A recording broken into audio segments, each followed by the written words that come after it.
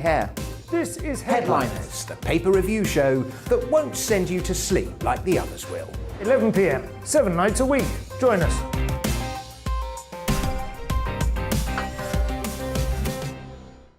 Hello there, I'm Eamon Holmes. And I'm Isabel Webster. And we hope you can join us for Breakfast with Eamon. And Isabel. You make me laugh out loud, belly laugh. Is that important first thing in the morning? Yeah, absolutely. And there's me trying to be deadly serious. News is a serious business. Yeah, I have to rein you in sometimes. Well, it doesn't stop us laughing at it. It doesn't stop us having an opinion on what's going on. Yeah. And it certainly will not stop us reflecting what you think. Weekdays from 6 to 9:30 on GB News. I'm Dan Wootton. Join me Monday to Thursday from 9 to 11 for the feistiest and most fun news debate on TV, where free speech reigns. I'll bring you a sharp take on the day's biggest stories, bombshell newsmaker interviews, and A-list guests. And I guarantee you, no spin, no bias, no censorship, and no reason to go to bed. That's Dan Wootton Tonight, Monday to Thursdays from 9 on GB News.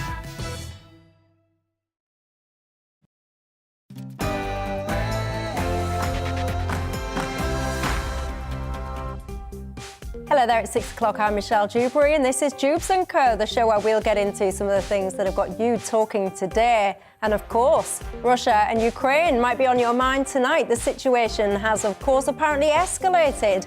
The UK is issuing sanctions on Russian banks and some high net worths. We'll have the latest on that. And importantly, we'll be looking at how life here could be affected. I've got to say, though, President Biden, of course, he wants to do an update about his response to Russia and Ukraine. And guess what? He doesn't seem to care that Dewbs & Co is live on air because he's decided to speak any moment now, apparently. When he does, rest assured, we'll cut live to him and be straight back with our response to that. In the meantime, closer to home, Nicola Sturgeon has revealed her plan for living with COVID. Are you in Scotland? And if so, are you happy with what you've heard?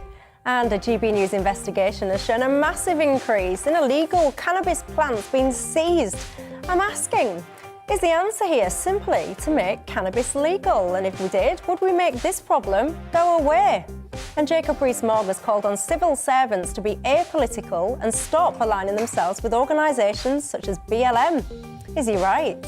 We'll have all of that to come, but first, the latest news headlines.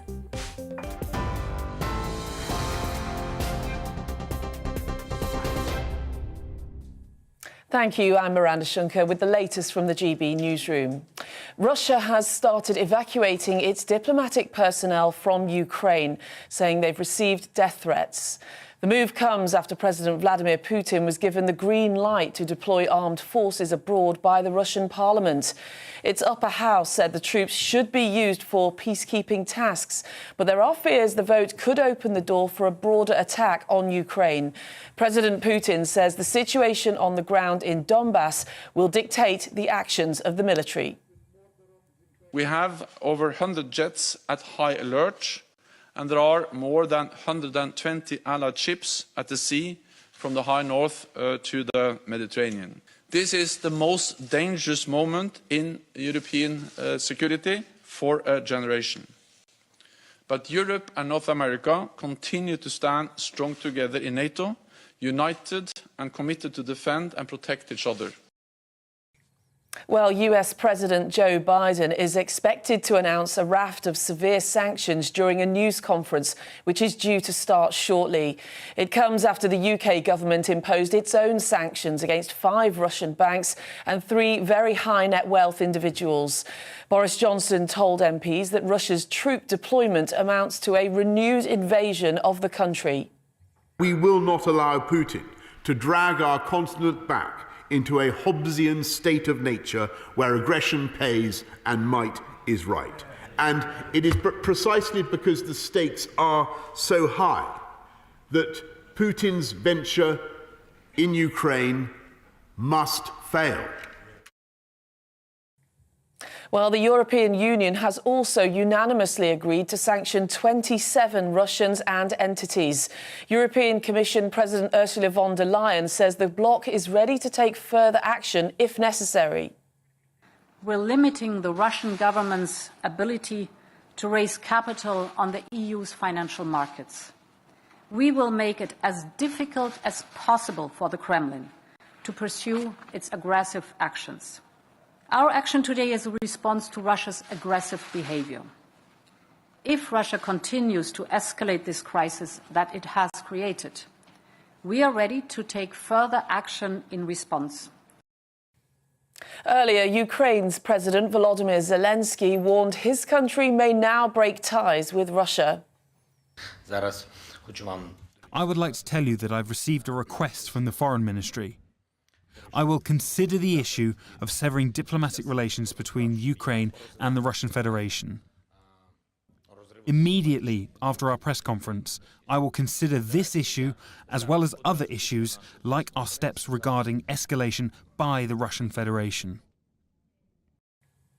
In other news, a legal requirement to wear face masks in shops and on public transport will end on March the 21st in Scotland.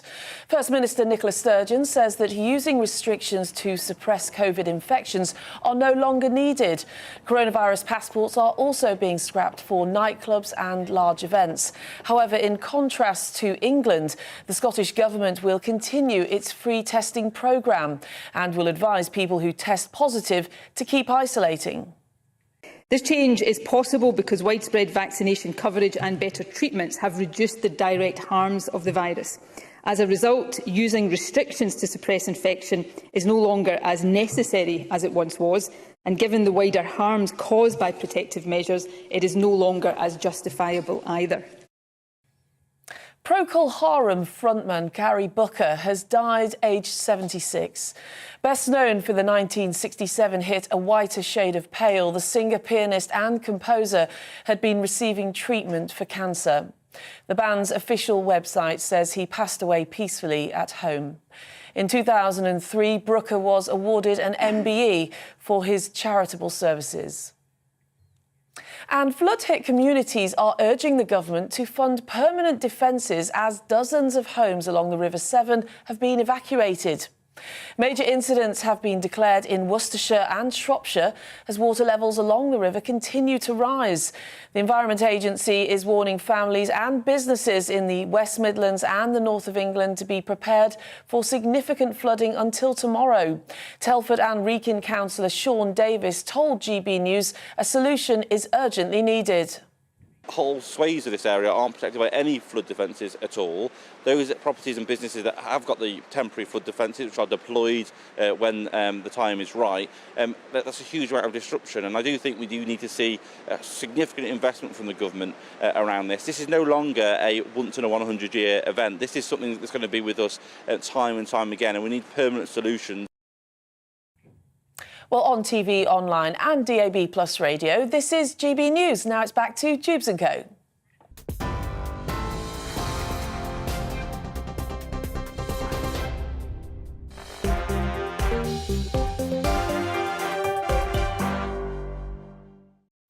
Thanks for that, Miranda. Well, keeping me company until 7 o'clock tonight. My panel, we've got Joanna Williams, the author and academic, Peter Edwards, the former editor of Labour List and political editor at the Sunday People, Nigel Nelson.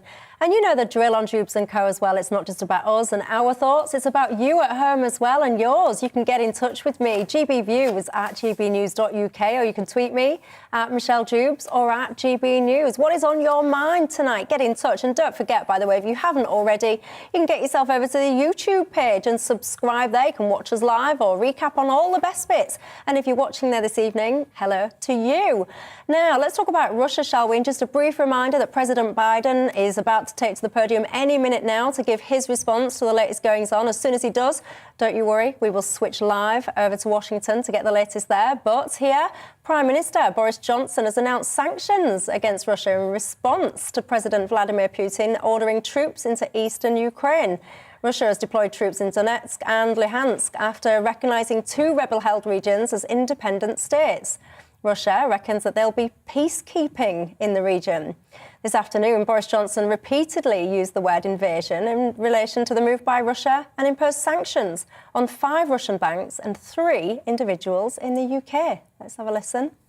Now the UK and our allies will begin to impose the sanctions on Russia that we have already prepared, using the new and unprecedented powers granted by this House to sanction Russian individuals and entities of strategic importance to the Kremlin. Today, the UK is sanctioning the following 5 Russian banks: Rossiya, IS Bank, General Bank, Promzyaz Bank and the Black Sea Bank. And we are sanctioning 3 very high net worth individuals: Gennady Timchenko, Boris Rottenberg and Igor Rottenberg. Any assets they hold in the UK will be frozen. The individuals concerned will be banned from travelling here. Now, there you go, that was Boris Johnson. Joining me now, though, is our Home Affairs and Security Editor, Mark White. Mark, thank you very much for joining us. I have to say, this is a very fast-moving situation. To many, it might actually be a bit confusing what's going on. 1 minute, I think it was last Wednesday, there was definitely pretty much going to be an invasion. Then there wasn't. Then Russian troops apparently had withdrawn. Then they hadn't. And now here we are today. Just bring us up to speed, if you will, on what has happened to provoke this response from Boris Johnson. Well, a lot of confusion on the ground, and I think all we can sort of take our cue from is the sort of pictures that are coming out of the region. So last night, of course, we got that declaration from the Russian president that he was recognising these 2 breakaway Russian-supporting self-declared rebel republics, that he would recognise them and that he would send in troops to support them. He said to keep the peace. Of course, that, in Western eyes, is an invasion. That's why the sanctions have been triggered today. In terms of the actual invasion, I'm not sure it's begun as such, because we've had pictures coming out of Donetsk, one of the 2 cities that are being recognised, that are self-declared rebel breakaway republics, both Donetsk and Luhansk. Pictures in Donetsk show vehicles driving about, as you can see there, with the Russian flags out of the windows, tootings of the horn and alike, but no tanks. You can bet your boots if there were Russian tanks on those streets, the cameramen would be getting shots, and that would be finding its way out into the news agencies as well. We'd all be running those pictures. So they're certainly not in those 2 cities. Whether they've crossed that line into eastern Ukraine or not, we simply don't know. The picture is rather confused at the moment, Michelle. Yeah, and I mean, we just heard in the news bulletin there as well that there was references to this potentially being one of the pivotal moments for Europe's security in a generation. So, of course, it's essential that misinformation is quashed wherever possible. Keir Starmer, for example, Mark, has said that these sanctions don't go far enough, and he's talked about stopping what he calls, or what's being called, propaganda channels. What's your thoughts on that? Well, there's no doubt that the Russians are expert when it comes to propaganda. They have a well-oiled machine pumping out lots of pro-Russian news and obviously on social media as well. Lots of, we often term them bots, out there trying to get across the Russian viewpoint. So they're there, they do that. The British government has warned just today, in fact, to be on the lookout for renewed activity, especially cyber attacks from Russia as well. So it is a real problem, potentially, this grey area, they call it the grey area conflict, which is not a military conflict as such, but it is a battle that's waged in the sort of the digital sphere, on social media and, of course, across computer networks, which in itself, of course, can cause a tremendous amount of damage if it brings down systems, vital operating systems for governments and industries in the West. Mark White, my final question to you. Do you think there's any prospect of military boots from the UK being on the ground, put into the ground in Ukraine in this situation? I don't think so. I mean, there is obviously the potential for, if things really were to deteriorate significantly in Ukraine, for things to spill over into neighbouring NATO countries where British and other NATO allied troops are helping bolster those countries' defences. They are understandably very nervous at the unfolding situation, but actually direct British, US and other NATO forces in Ukraine, it's not going to happen. That, of course, Vladimir Putin knows. If it was a NATO country that was being invaded, then they, of course, would be in there and helping out that NATO ally. But Ukraine is not yet a member of NATO. It may never join NATO. And for the time being, it is on its own. Mark White, that's our Home and Security Editor. Thank you very much for your time. Now, that's very fascinating. And as I am mentioning to you as well, President Biden is imminently about to take the stage over in Washington to give their response. When he does, we'll cut straight away to that. But for now, one of the things that I'm interested in is how and if and when and what does it look like? How does this impact us here in the UK? Joining me now to look at this is our Economics and Business Editor, Liam Halligan. Liam, good evening. Thanks for your time tonight. Now, there's been talk here of sanctions on some high net worth people, also Russian banks, etc. What is the impact of this? Because when you apply sanctions to people, they don't just affect the person being sanctioned, they often affect the sanctioneer, if that's the word, the person issuing them. Your thoughts on all of this? Well, if the Western world does impose trade restrictions on Russia, it could have quite serious implications on the UK's own cost of living crisis. This seems like a distant war on the edge of Europe. A lot of people will struggle to place some of these locations on the map, including a lot of professional journalists, Michelle, let's be completely honest. But Russia does export 40% of Western Europe's gas. It also is the world's largest wheat exporter.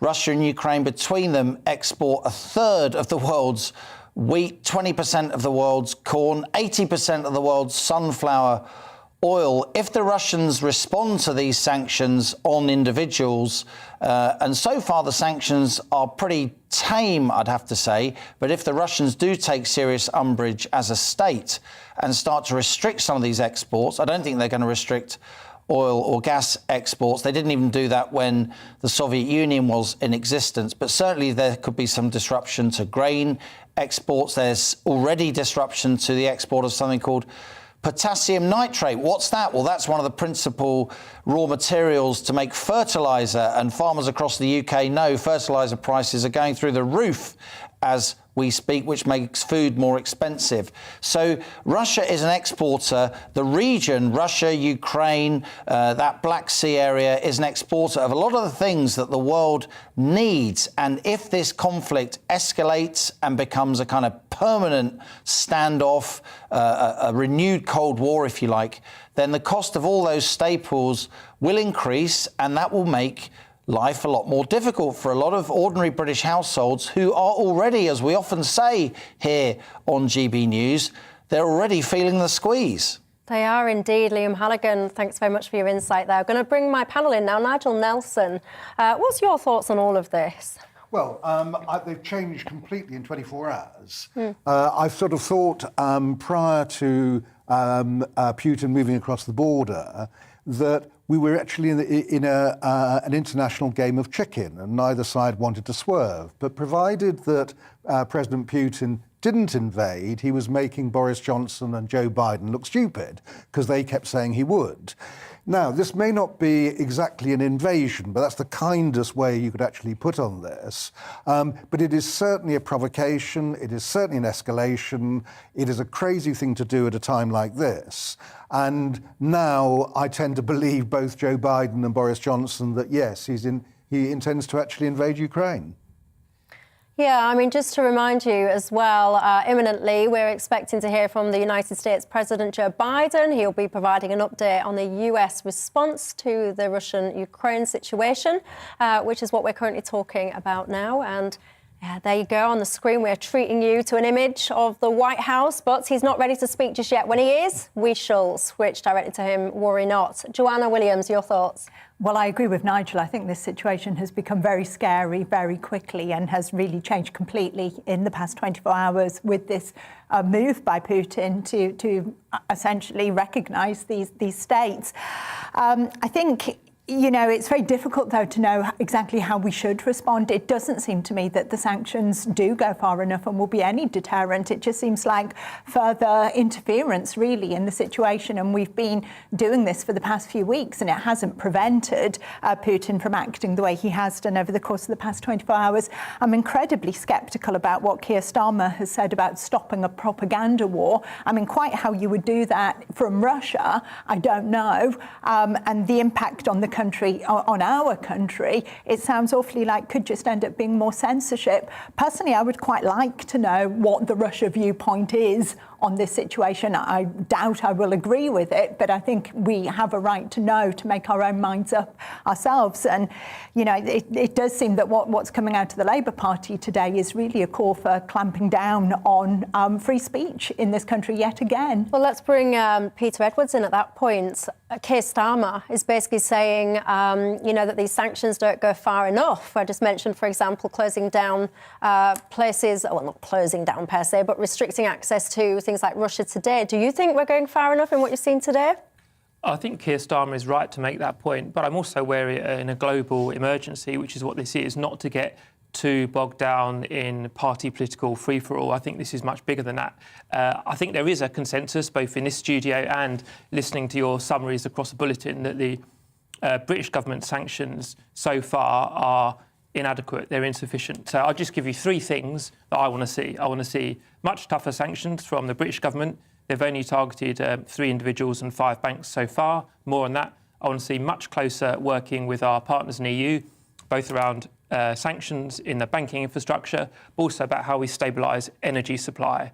And then thirdly, thinking about our life in Britain, I think we've got to make clear to the many thousands of Russian and Ukrainian people who live and work and study in Britain that they're our friends. Our quarrel is with the Russian government. It's not with ordinary Russian folk living a decent life in this country.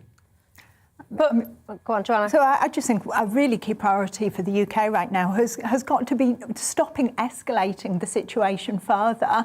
You know, I definitely think we need to keep a close eye on what's going on there. There's absolutely no way that Russia should be in Ukraine at all.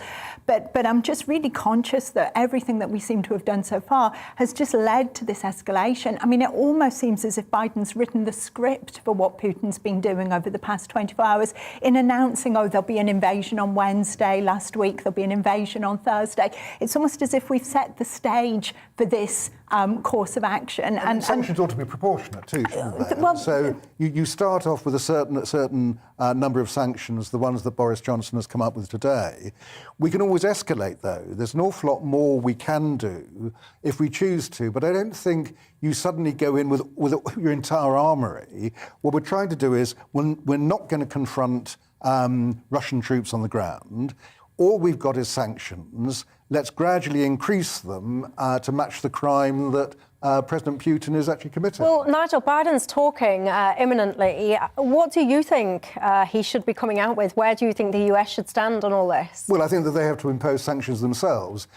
It wouldn't be good enough, by the way, just to put them on eastern Ukraine. They don't do very much trade with eastern Ukraine anyway. Good point. The important thing would be that he actually sanctions, much the same way as we've done, but some Russian banks, some Russian individuals, but again, leaving enough in the armoury for the future in case Putin goes further. But I'm just not sure that Putin cares. I mean, some of these individuals, they've already had sanctions put on them, so I'm not really sure that they will be quaking in their boots today and begging Putin to pack it in and reverse backwards. And I just I think back to Assad and Syria, and many of you will be familiar with what went on there with Obama and all of these red lines and talk of red lines. And do you remember there was so much conversation around, it was all around chemical weapons. It was all about the second that they use chemical weapons, right, that's it, that's our red line, that's our red line, that's our red line. And then you'd flip over the next day and you'd see images of children apparently being hosed down because they'd had chemical weapons applied on them. And it was kind of like almost like a back creep. And it was kind of like, well, it's still our red line. It's still our red line. And I feel a little bit like the conversation today, Nigel, you mentioned an invasion about, is this an invasion? Is an invasion? And I feel that there is when you've got a naughty child and you tell the child, stop it, I'm going to count to 3. And if you don't stop it, by the time I get to 3, you're going to be in serious trouble. And you go 1, then you go 2. And then, because you don't really want to discipline, what you then start doing is you go 2 1/4, 2 1/2, 2 3/4. And I almost feel that we're in danger, perhaps, of a little bit of that. Well, no, I mean, the whole thing is that there are red lines. The next red line would be crossing the borders of Ukraine itself, not just eastern Ukraine. The final red line would be taking over Kiev. At that point, more and more sanctions can come forward. I mean, for instance, you could in fact do, the Russians launch cyber wars against us. We can do the same thing. I was told by a former cyber spy that we could actually take over their social media and say, we're going to cripple all their ATM machines. Now, we don't actually have to do it. We just have to threaten it, and there will be a run on Russian banks. There's a whole host of things we can do I think one of the to cripple the economy. One of the problems with these threats, though, and this is where I really agree with what you're saying, Michelle, is that the West does lack all moral authority. When you look at what went on in Iraq, for example, in Libya, there are very few places around the world where you can point to as examples of Western intervention actually having made a real positive difference to people's lives around the world. And I think that seriously damaged the standing of British leaders and all Western leaders on the world stage. So for them to come in now and issue these threats, they don't have, you need some moral authority to be able to issue threats with any degree of credibility. And I really think, unfortunately, our leaders at the moment just don't have that credibility or that moral authority behind them. Peter, just final word to you on this. You was just saying there you've got a few different points you'd like to see, which was basically the UK doing more. What would you say to someone that might perhaps be watching this that says, hang on a second, this is not our problem. We want the UK to stay out of it, never mind doing more. I think we live in a global supply chain, and I'd say morals are global as well. We heard it in your intro, whether you're talking about innocent children being put at risk in Ukraine, or whether you're talking about the frozen vegetables in your freezer that require component ingredients to fertilise food on British farms. We live in a globalised world, whether that's morals, arms supply, politics, or food on our plates. And I think we can't just close our eyes and ears and pretend this is not happening when it is. Yeah, we do live in a globalised world, but we also live in a world that has various different alliances. So we have NATO, of which we're a member. Ukraine's not a member of NATO. So some people would watch this and say, well, hang on a second, why are we going all out or being asked to go all out to protect someone that's not even in the security alliance of which we're a part? Well, because Ukraine isn't a NATO member, we can't put troops on the ground. Now, should Putin take Ukraine, Estonia could be next, and we've got 2,000 troops in Estonia. Exactly. They are a NATO country. You have to stand up to bullies, which I'm afraid is what Putin is. And remember, without being party political, what happened in 2014, Putin took over Crimea. Western action was not strong enough. Putin was emboldened. So as Nigel says, every time you choose to do nothing, there'll be consequences. Well, there you go. Consequences. What, I guess, is the question. Do you think the consequences should be imminently? I keep repeating myself. You can therefore tell that he's running late. President Biden is imminently, I tell you, imminently about to do a conference addressing the response, the situation in Ukraine and Russia. We're going to take a quick break. We will be cutting to President Biden as soon as he's on his podium.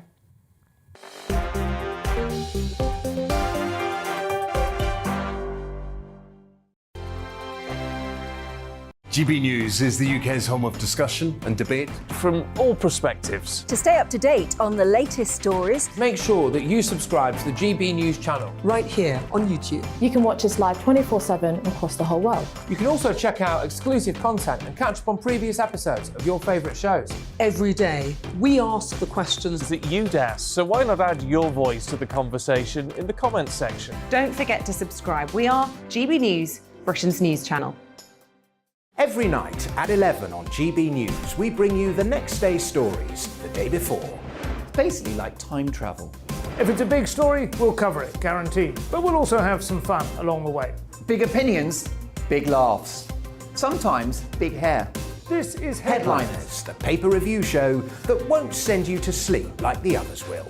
11 p.m, 7 nights a week. Join us.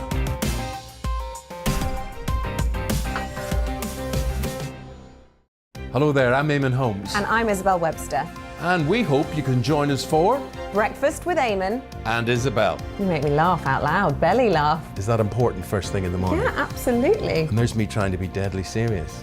News is a serious business. Yeah, I have to rein you in sometimes. Well, it doesn't stop us laughing at it. It doesn't stop us having an opinion on what's going on. Yeah. And it certainly will not stop us reflecting what you think. Weekdays from 6 to 9:30 on GB News. I'm Dan Wootton. Join me Monday to Thursday from 9 to 11 for the feistiest and most fun news debate on TV, where free speech reigns. I'll bring you a sharp take on the day's biggest stories, bombshell newsmaker interviews, and A-list guests. And I guarantee you, no spin, no bias, no censorship, and no reason to go to bed. That's Dan Wootton Tonight, Monday to Thursdays from 9 on GB News.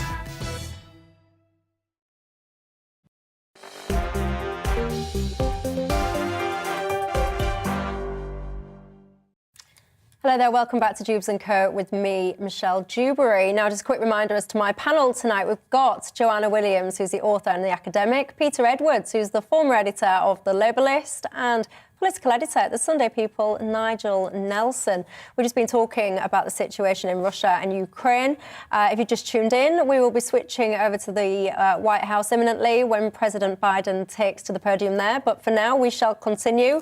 Stuart on email says, has our government learned nothing from Iraq and Afghanistan, Michelle? Stay out of it. We no longer have the capacity or the will, he says, for another shambles. James says there's no chance of a Russian invasion. It's all propaganda. And John says, Michelle, don't you think that if Russia were concerned about sanctions, then they would have thought again about their actions already? Interesting. John says insufficient, inadequate, and they don't go far enough. He talks, of course, there about our reaction. Anyway, let's move on, shall we? Nicola Sturgeon has today unveiled her plan for a sustainable return to a normal way of life in Scotland. And she's criticised the Prime Minister Boris Johnson for scrapping free tests in England. The First Minister says the use of COVID certificates will end from Monday, that's February the 28th, and the legal requirement to wear a face mask in certain indoor settings will be converted to guidance from March the 21st. Free testing in Scotland will remain, and she will encourage those who visit crowded places to test twice a week, even if you're asymptomatic. Let's have a little listen, shall we, to Sturgeon herself? Lateral flow tests will remain free of charge in the transition phase. Indeed, we consider it important, in line with the principle of healthcare free at the point of use, that they should remain free of charge for any circumstance in which government recommends testing, and this is a principle we will seek to uphold in our longer-term plan for testing. We will continue to ask those who test positive for COVID to isolate for the recommended period. Joanna Williams, your thoughts on that? Well, I think at last, for the lifting of the broader restrictions, I mean, it's not a moment too soon. You look at poor Scottish school children who've had to wear masks longer than any other school children in the rest of the United Kingdom. But on the specific issue about the testing, where Nicola Sturgeon is yet again emphasising the differences between England and Scotland, in that clip you played there, I mean, she used the word free 3 times that I counted in that 15 seconds. But of course, this testing regime is not free.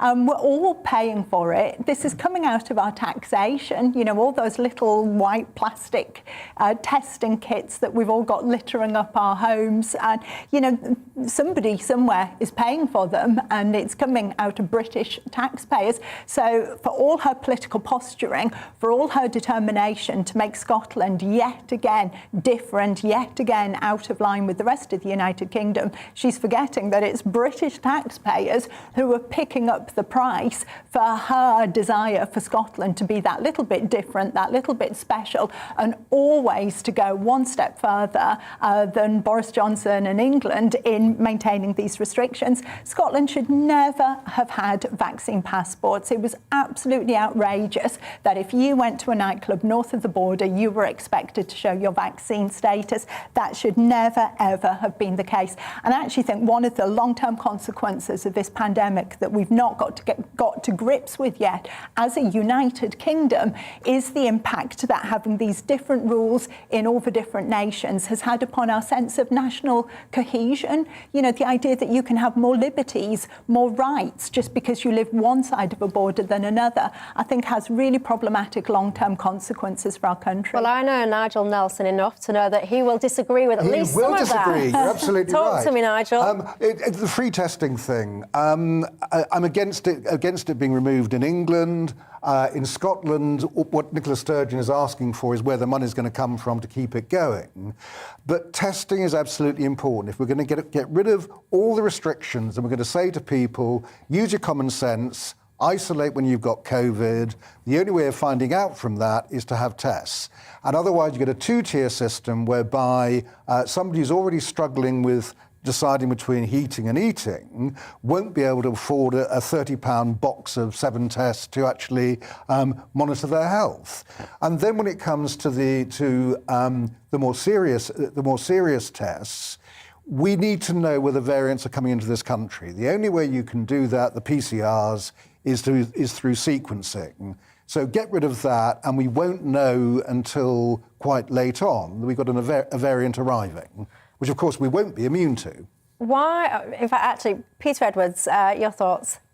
Well, I think nationalism runs through Nicola Sturgeon like a stick of rock, and I think Joanna's right in a sense that every ostensibly ordinary domestic announcement has a bit of a nationalist take on it. We see that here with free testing. It looks like SNP want to retain it in Scotland, even though Boris Johnson has scrapped it in England. But how's that going to work? Because as I understand it, it's a UK-wide testing system. So I think that there's a bit of a clash between Westminster and Holyrood looming there. And I actually think in terms of the restrictions more broadly, wherever you are in the UK, it is a bit premature. I think some of the things at the lower end, face coverings, isolating by law when you've got COVID, social distancing, some of these things are not as inconvenient as the others. And I think if we're tapering them off, which we obviously are going to be, it would be done slightly more gradually. So I think it's a bit premature. But COVID cases are plummeting. I mean, I'd probably stand more chance of bumping into a lottery winner walking around the streets of London than I do bumping into somebody who's got COVID right now. 1 in 20 people still have it. Well, you look at the statistics. I mean, yesterday it was 35,000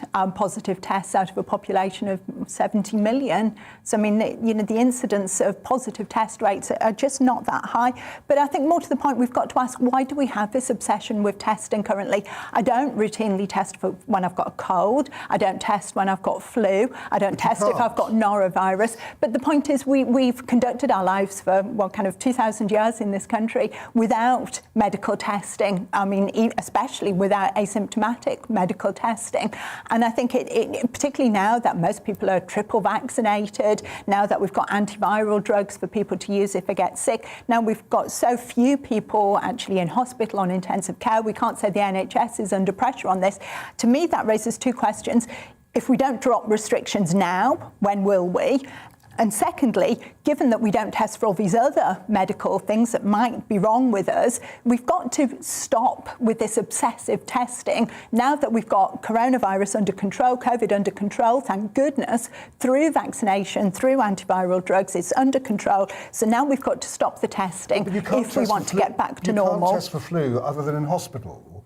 So what we have is we have a reasonable testing system for COVID, which is still here. We are coming out of the pandemic, but we're still in the midst of a lot of it. And we need to know if new variants are coming in, which we're not going to be immune to.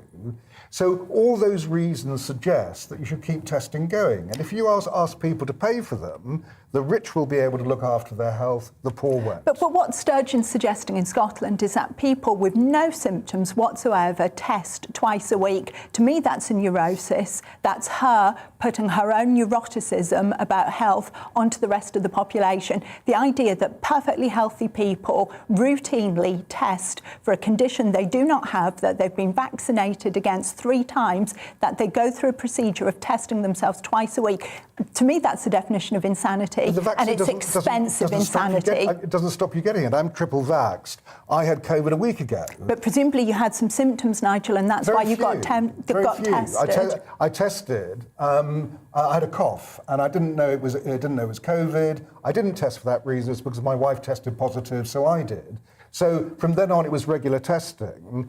Now, the idea of me going back to work would have been absolutely ridiculous. Why? Hang on, you've just told me that you're triple vaccinated and you caught COVID and you had a cough. Yeah. Right. And if What's so bad about having a cough? Pardon? What's so bad about having a cough? Well, it was actually the washed out feeling afterwards was the really bad bit, just feeling absolutely exhausted all the time. But it would have been, if I hadn't known through a test that I actually had COVID, I might have thought it was something else, gone back to work and given it to my colleagues. I know, but if you've passed a cough on to your colleagues, this is what I feel like we're almost losing sense of at the moment, is that for most people now, COVID Omicron is, I mean, we've got a 95-year-old monarch who has got COVID and describes it as a mild cold, and she's carrying on doing some of her work. You've just yourself described it as having a cough and then being a bit tired. So, very tired. All right, so you're tired and you've got a bit of a cough. So I don't understand why we still need, I mean, you're talking about, is it perhaps premature to lift some of these restrictions? I think we've lost sense of the fact that COVID now, for most people on the whole, it is essentially a cold. Well, you say for most people, I think there's been a lot of anecdotal evidence. People are not really putting numbers on this, and that's maybe where I disagree with Joanna. I think the NHS is still under pressure from COVID. Absolutely. Joanna said it wasn't. And I think no one can say, either a layman like me or a scientist, how many cases we'll have in March or April or May. We don't know what's coming around the corner. The government has said there will be further variants. They just don't know how bad. So I think it's right to be cautious in the meantime. Well, so we all have to be restricted in order to protect the NHS. It's not really struggling as it stands at the moment, just in case on the off chance they might then, or if they start struggling then, why don't we readdress it then? Why do we have to worry in the meantime? What do you mean by restrictions in that sense? What's the thing you're worried about? All of it. I don't want any of it. Even face covering? Especially face covering. Never mind even face covering. Especially, I don't want to wear a mask. I do not want these ridiculous 2 metre, 1 metre distancing things. People say to me, oh, it's only 2 metre distancing. Why does it matter, social distancing?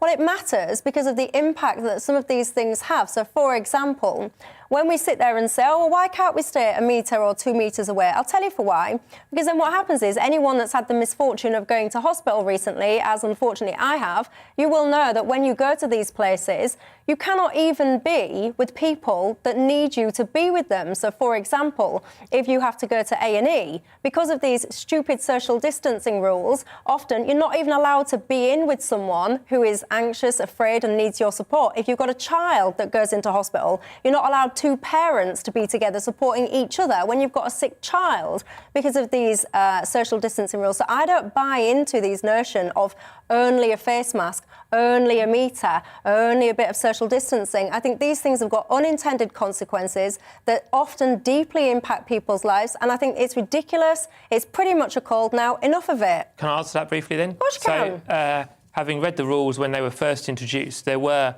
I believe, opt-outs for the reason you're describing, because, and I'm sorry you or your family have been ill, but, for example, you wouldn't want a frightened child being seen in hospital on their own without mum or dad there to look after them. So as I understand it, there were opt-outs for certain things like that, just like there were opt-out self-isolation when women or men were fleeing terrible circumstances at home. I'm very sorry to hear what you say, and I wonder if the rules need to be perhaps tweaked, because we'd all agree a child in hospital would need moral support from mum or dad. It's about the testing would solve exactly all the things you're talking about. No, I'm talking about, for example, the interpretation that organisations take it upon themselves to put into place of these situations. So, for example, there will still be many hospitals, and if you know of one of them, by the way, let me know, because I know that I'm correct on this, that still don't allow visitors into hospitals. But do you not think as we go forward, you would be able to allow visitors provided they tested negative before they went in. Which is what's happening in care homes, I believe. Which is what's happening in I care don't homes. think so, because I think it's the constant testing, and I think what comes with the masks, to me, the only purpose a mask serves today is to signal virtue. It serves no other purpose other than that. And by signalling virtue, that you're better, that you're morally superior, that you're more caring than other people by wearing a mask, what you're actually doing is promoting fear. You're saying we all still need to live at this heightened level of anxiety. It's fundamentally antisocial. It stops us smiling at each other, stops us making exchanging facial expressions with each other. It hinders the development of children. Absolutely. It impacts deaf people. And communication, it's a real barrier to communication. But by keeping that anxiety heightened, by keeping this fear at the forefront of people's minds, that's why all the things that Michelle's describing to do with hospitals, doctors' surgeries, that's why that's used as the basis for justifying these things. And that's why testing won't stop it. The culture of testing, the obsession that we've got, is what keeps those things in place. Well, there you go, difference of opinion on this panel. I'm sure you at home will have your own opinions. Do you agree? Well, who do you agree with, if any of us at all? I keep mentioning, by the way, the United States President Joe Biden. He is supposed to be speaking at 6 o'clock. It is now 6:44. He's like one of those taxis, isn't he? When you ring your taxi firm, you say, "Where's my taxi?" It's supposed to be around the corner. It's around the corner. It's around the corner. It's a long corner, isn't it? 45 minutes almost we've been waiting. As soon as he arrives, I will switch straight to him. But for now, I'll take a quick break and I'll see you in a couple of minutes.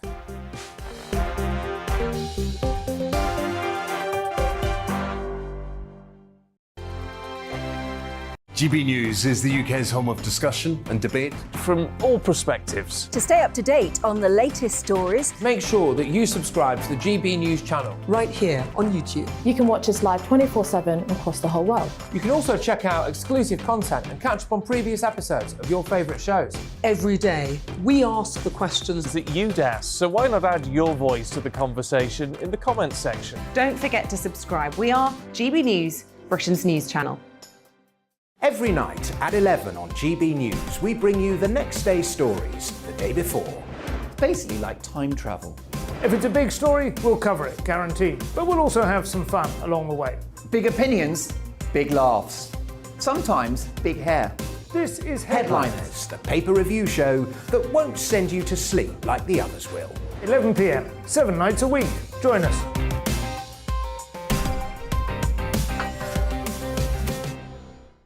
Hello there, I'm Eamon Holmes. And I'm Isabel Webster. And we hope you can join us for Breakfast with Eamon. And Isabel. You make me laugh out loud, belly laugh. Is that important first thing in the morning? Yeah, absolutely. And there's me trying to be deadly serious. News is a serious business. Yeah, I have to rein you in sometimes. Well, it doesn't stop us laughing at it. It doesn't stop us having an opinion on what's going on. Yeah. And it certainly will not stop us reflecting what you think. Weekdays from 6 to 9:30 on GB News. I'm Dan Wootton. Join me Monday to Thursday from 9 to 11 for the feistiest and most fun news debate on TV, where free speech reigns. I'll bring you a sharp take on the day's biggest stories, bombshell newsmaker interviews, and A-list guests. And I guarantee you, no spin, no bias, no censorship, and no reason to go to bed. That's Dan Wootton tonight, Monday to Thursdays from 9 on GB News.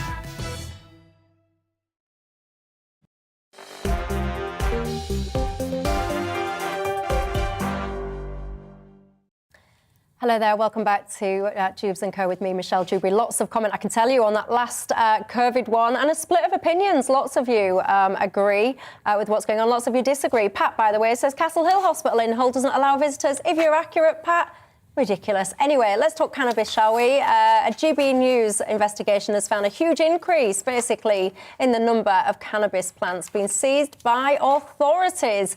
Mark Wyatt, our Home and Securities editor, has been having a look at that. Let's have a look.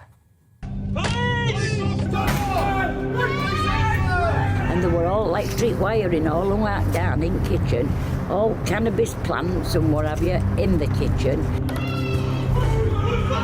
We don't know where the next one's going to pop up. Every single street there are buildings boarded up because they were cannabis farms. Because this is a very lucrative illicit market.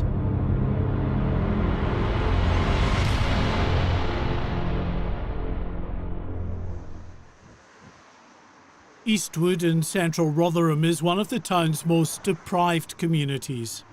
The day-to-day hardship faced by residents here is being compounded of late by the scourge of organised criminal gangs who've set up dozens of illegal cannabis farms. In street after street, the telltale signs, boarded up doors and windows on the many properties police have already raided. It's just got out of hand, really. Police are doing everything they can. Susan Herring has lived in this street for 50 years and, like so many of her neighbours, has had to deal with the consequences of a cannabis farm next door. It were horrible, you know, you were sat there and it was so weird all the time. And you didn't know whether there was somebody in or somebody not in, and because you never heard them speaking, it'd just be like movements. Increasingly, the experiences of Eastwood residents are being replicated right across the country. Here in Northampton, police uncovered one of the biggest cannabis farms discovered in years, hidden inside a disused nightclub. As you can see behind me, the road has been dug up. When we force entry into buildings, into cannabis factories, what we find normally is that the power has been bypassed. On this occasion, in the basement, we've noticed that obviously it's been bypassed on a larger scale than what we would normally find. The dangers of tapping into high-voltage power supplies are obvious, and their effects are often felt in local neighbourhoods in the form of regular power cuts. It's just been an absolute nightmare. Back in Rotherham, Sarah doesn't want us to show her face for fear of reprisals. But like so many here, she's suffered repeated interruptions to her electricity supply. We've had 33 power cuts since end of August.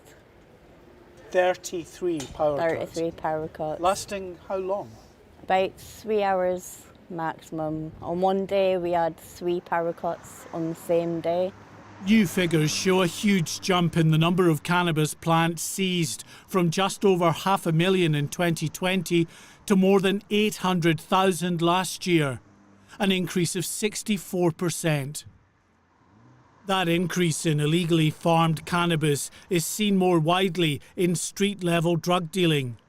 Of the 223,000 drug seizures in England and Wales last year, 71% were cannabis seizures. In all, there were more than 168,000 Class B seizures of mainly cannabis last year, up 21% on the previous year. After 35 years in journalism, well, I'm not shocked by a lot these days, but we've walked around half a dozen streets in this neighbourhood, and every single street there are buildings boarded up because they were cannabis farms. In fact, in this street alone, there are 3 separate buildings now out of use. Across the country, the trade in cannabis is fueling growing levels of gang violence as criminals fight to control the market for a drug that has a higher profit margin than cocaine. Well, this is a typical street that we're in now, and indeed this is a typical house that you see boarded up. But Dr. Alan Billings is South Yorkshire's Police and Crime Commissioner. This property in Eastwood is one of more than 60 cannabis farms raided by his officers in the area in recent weeks. every one of the potted plants that I see is worth about £1,000 altogether. So even a small terrace house like this might have a dozen or more in each of the rooms, and every room will have plants growing in it. So it's a lot of money that they have. And it is those vast profits that continue to fuel this illegal trade. For every cannabis farm raided here in Eastwood and elsewhere in the country, others quickly pop up in their place. Mark White, GB News, Rotherham. Well, there you go, cannabis. Where do you stand on this? Let's cut to the chase, shall we? Do you think it should be legalised, Peter? No, and I think the strength of cannabis on Britain's streets is actually getting stronger, and I really worry that we're storing up a bit of a mental health time bomb if we send the wrong message around cannabis. Nigel Nelson? Decriminalise, certainly. Legalised, I'm not sure about, but I would like to see one of those sort of old royal commissions which would actually investigate the whole area of drugs so we can get rid of drugs as a criminal problem and try and turn it more into a public health one. But hang on, if you decriminalise it, that means that it is legal. No, if you legalise it, you can tax it. So if you were able to tax it, you would then be able to pay for the treatment of people who fall foul of it, which is how you make it into a public health thing. Decriminalising it means you just don't get arrested if you've got it. Well, you say that, by the way. But it wouldn't stop the cannabis farms illegally nicking the electricity. Well, indeed, and you say, by the way, about industry helping treat the people that need it. As if anyone was watching Dewbs & Co yesterday, you will recall that actually when it came to gambling, for example, the NHS had rejected industry funding when it came to helping the people that needed it because the patients were uncomfortable with their treatment being funded by the industry. Anyway, I digress. Joanna Williams, cannabis. Well, reluctantly, I think we should legalise it. I say reluctantly because I'm no fan of cannabis. I think it makes people really stupid and docile, and I'm not a fan of that. But two reasons why I think it should be legalised. One is just personal choice, and I think we should trust people. You know, if we trust people to go and buy litre bottles of vodka, we should trust people to be able to go and buy a joint in a regulated shop as well. You know, to me, I don't see any difference. In fact, probably the litre bottle of vodka is far more likely to do you serious injury than a joint is. But the thing I really worry about, you know, that I don't think your reporter mentioned there, when you see these cannabis farms in people's houses, maybe I'm being a bit of a middle-aged woman here, but I really worry about the fire risk. And if I found out that I was living next door to one of these houses, and obviously, as your report highlighted, they're particularly common in very disadvantaged communities already, you know, the risk, if I was putting my child to bed at night, knowing that the next door neighbours were pumping out that electricity, heating their house, there was a risk of fire, I'd be terrified. Legalising it might knock that trade on the head. Indeed. Well, there you go. Let me know what you think. I asked Mark White, by the way, did he think that legalisation would fix some of the problems that he reported on, and he didn't actually have that view. But let me know what you think.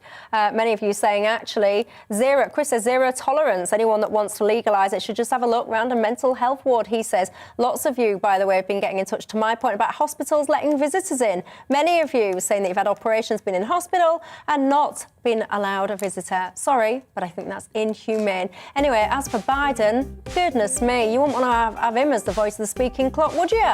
That's all from me tonight. I'll see you tomorrow. Have a good evening. In the meantime.